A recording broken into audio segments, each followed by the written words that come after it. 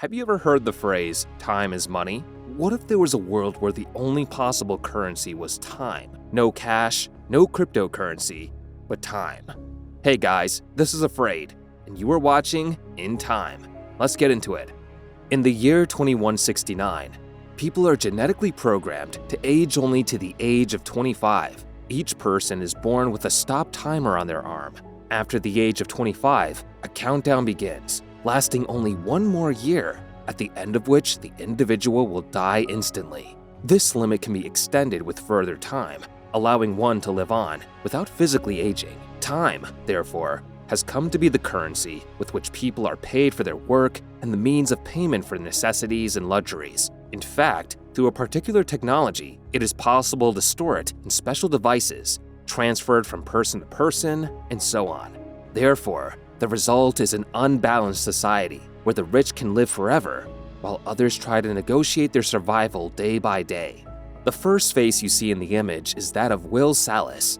He still has just under 24 hours left to live. Will lives with his mother, now in her 50s, in Zone 12, the poorest area called the Ghetto. In this area, people live day to day, trying to gain a little more time and avoid running out of their life clock.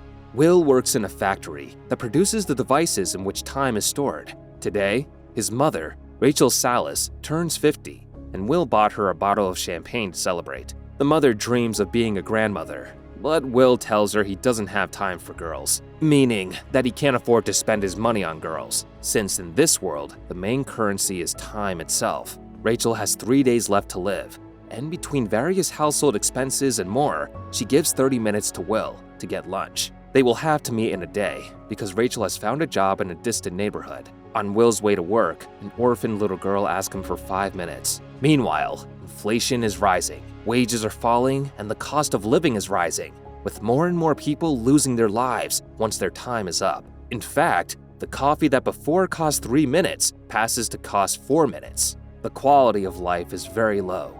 Factory workers are underpaid, and as a result, people are looking for different ways to earn time. For example, arm wrestling fights take place in bars or even outside in the middle of the day.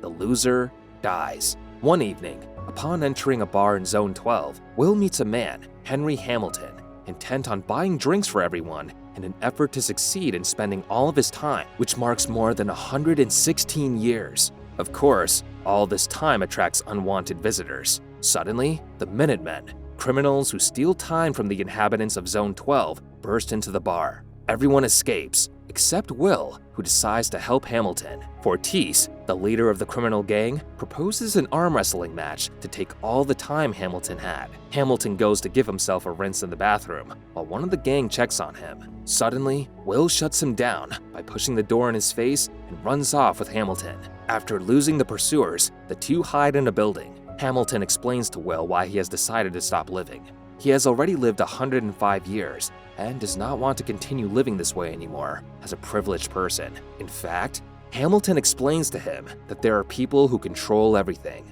prices, wages, and more, to make sure that society remains divided between rich and poor, with the aim of maintaining their status. If everyone did not die, in fact, there would be a crisis because there would be in a short time an overpopulation effect that would deplete the resources that are not unlimited. So, the management of taxes, wages, and tariffs is done so that a few live centuries, millennia, or forever, while the poor continue to die, maintaining a balance. Hamilton asked Will an important question.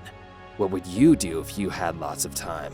Now, I want to ask you, what would you do if you had a lot of money? You would stop checking the prices, your bank account, you would stop being anxious. So, Will also replied he would stop checking his wrist to see how much time he had left. The next morning, Hamilton, while Will sleeps, gives him all of his 116 years of life. As soon as Will woke up, he checked the time as he did every morning, but did not expect to see 116 years. He found a message left by Hamilton, after which he saw him on the edge of a bridge. Hamilton still had about 15 seconds left, and as Will came up to him on the bridge, Hamilton's time ran out, and he fell off the bridge out of breath. Your mother is away and you have no other relatives. Who do you give the news to if you won a lot of money? Of course, Will goes to his drunkard friend, who is married to Greta, with whom he has a child. Will knows the situation of his friend Burrell and gives him 10 years of time. What does a drunkard do with a lot of money in his pocket?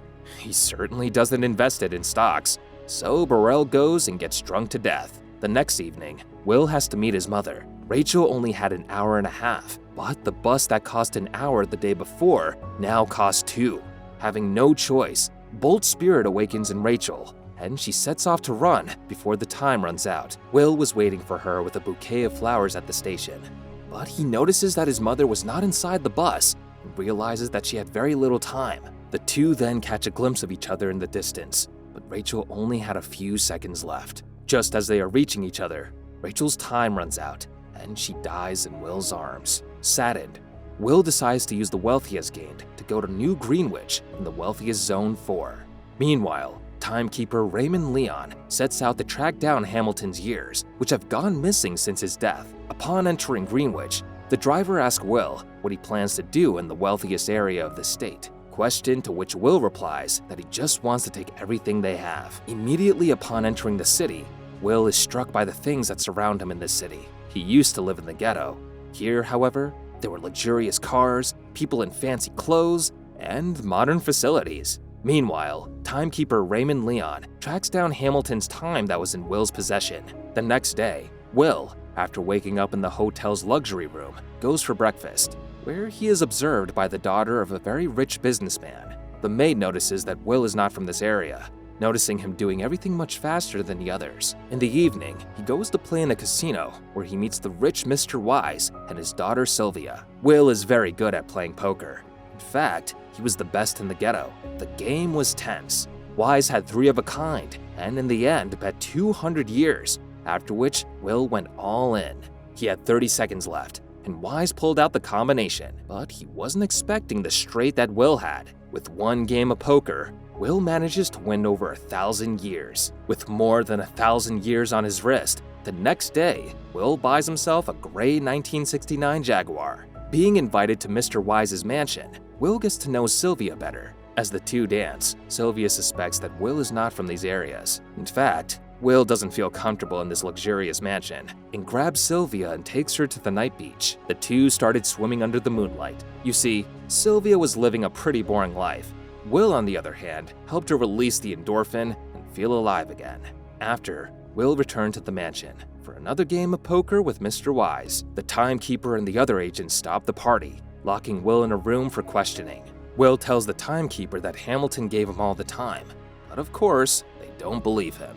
It's like saying that Elon Musk gave you all his wealth, then committed suicide. The agent arrests him, leaving him with only 2 hours to live, as he does not believe Will's story. But Will manages to free himself and escapes, taking Sylvia Wise as a hostage. While driving in the middle of the day, the wheels of the car get blown off by a strip of spikes. Installed by Fortis's criminal group, Sylvia had 10 years on her wrist, but only had half an hour left after being robbed by Fortis. Wondering why he hadn't taken the whole time? Because, in the meantime, a police officer's car had passed by, and the gang had to get away. Will and Sylvia returned to the ghetto. Both were left with only a few minutes, and Sylvia sold the diamond earrings for only 2 days. Will's plan was to blackmail Mr. Wise, 1,000 years to Carita's Zone 12, in exchange for Sylvia. Mr. Wise does not accept, and sends Leon, the timekeeper, to find them.